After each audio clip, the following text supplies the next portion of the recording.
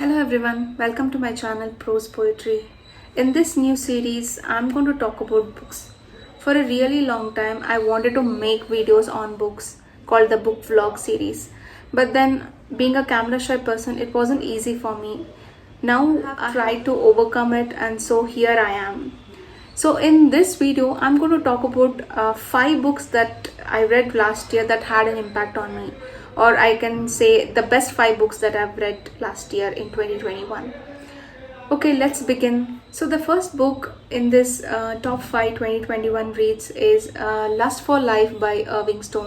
This is a book about Vincent van Gogh, a famous Dutch painter, as we all know by now. But then back in those days, when he was alive, he was not so famous. And what struggle he must have gone through, how was his life all about? This is what Irving Stone has tried to write in this fictional biography of Vincent van Gogh. Irving Stone, I think, has referred a lot of letters that was exchanged between Vincent van Gogh and his brother. So, using that material and talking to some of his friends, he has tried to write this beautiful book. And this book is such a beautiful book that it will have a great impact on you once you read. Even if you want to know what goes inside a creative person's mind, then you must read this book. He has gone through a lot. So after reading this book, it was really tough for me to let go of Vincent van Gogh and his struggles. For days I have been thinking about this, about Vincent van Gogh, how difficult his life was when he was alive. But then now he is considered as one of the famous painter of all time.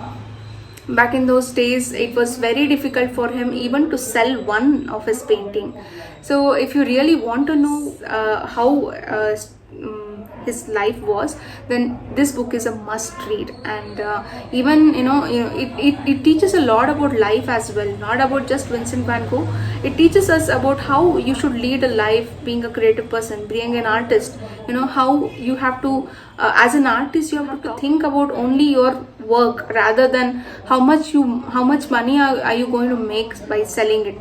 So this was never in Vincent van Gogh's mind. So yeah, this is the one most important book of 2021 for me. So now I'm going to talk about another book by a famous author called S.L. Bhyrappa. S.L. Bhyrappa, as we all know, is one of the renowned Indian author. Especially, mainly he writes in Kannada. So his many of his book has been translated into many Indian languages and also in English. So he has written wide variety of books, I must say. All have impacted the readers in one way or the other. Most of his books are very controversial as well, and but still, his vast research that he does before writing a book indicates dedicated he is as an author to write a book. So this book is called Brink by S.L. Bhyrappa. So it was released in 1990s, not the translated version but the original version called Anchu. So when you read this book, you will know, you will feel that this book is quite outdated for now, because it talks about mental health.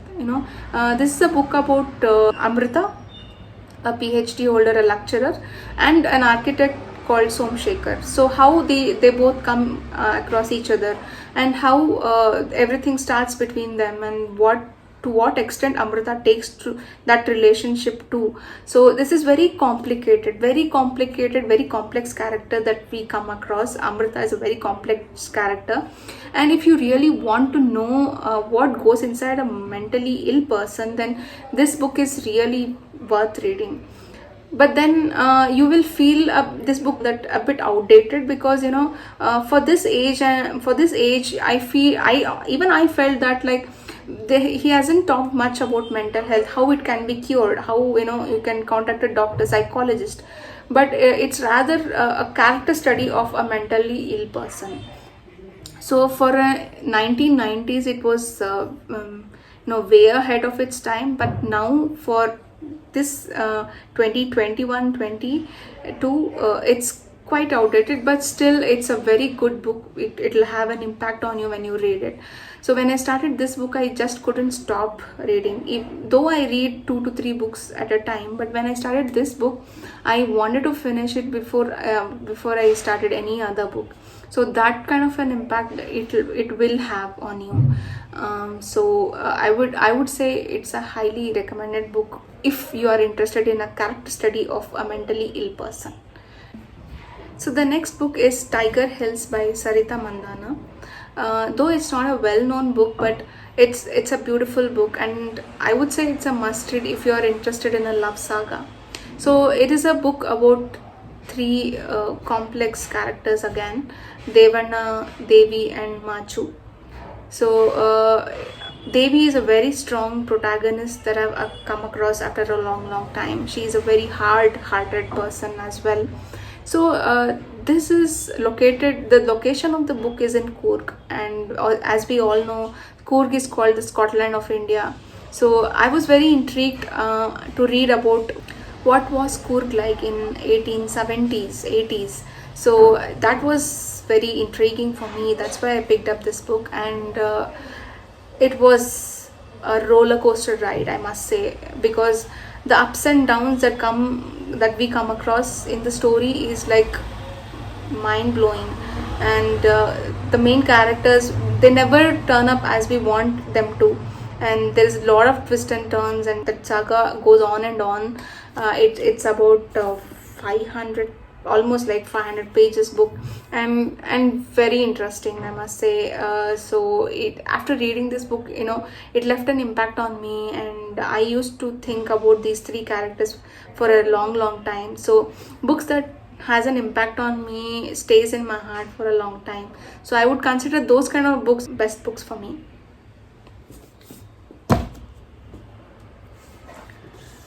So the next book is released in 2021, Jhumpa Lahiri's Whereabouts.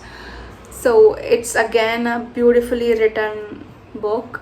So since Jhumpa Lahiri is one of my all-time favorite author, I couldn't wait for this book to be released. So I had pre-booked this book, and as soon as I got this book, I started reading, and I was very intrigued because this book was first written in Italian, I think, by Jhumpa Lahiri, and then she herself translated it into English, which is very rare occurrence. This book is a strange book, I would say. This doesn't have a story that impacts you, doesn't have a characters that stays in your mind or anything like that, but it talks about the mundane things that we do in our lives, like going to work or going to a stationery shop, what goes inside person's mind when he or she is going into a stationery shop, or meeting a friend.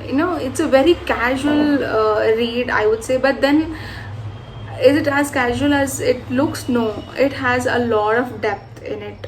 Only one character that we come across is, she's unnamed, but then the way her mind works, you can connect to her a lot, like how she thinks, that's how you think, how she acts, that's how you want to act, how lonely she is, it breaks your heart.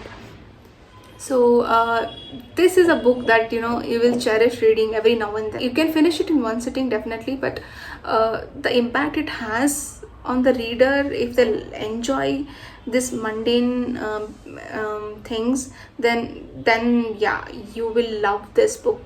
So I would really recommend to those who are Jhumpa Lahiri's fans.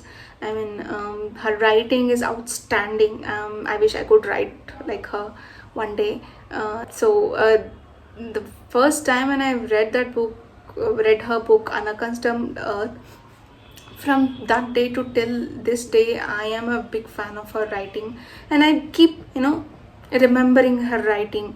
I keep remembering her characters. That's how impactful her writing is for me. The last book that had a great impact on me is Sally Rooney's Beautiful World, Where Are You? So when I first read Sally Rooney's Normal People, I didn't find anything normal about those two characters. and maybe the writing was really good, but it didn't have any impact on me because I couldn't connect to the characters that she had created. Those were the teenagers that I couldn't connect to.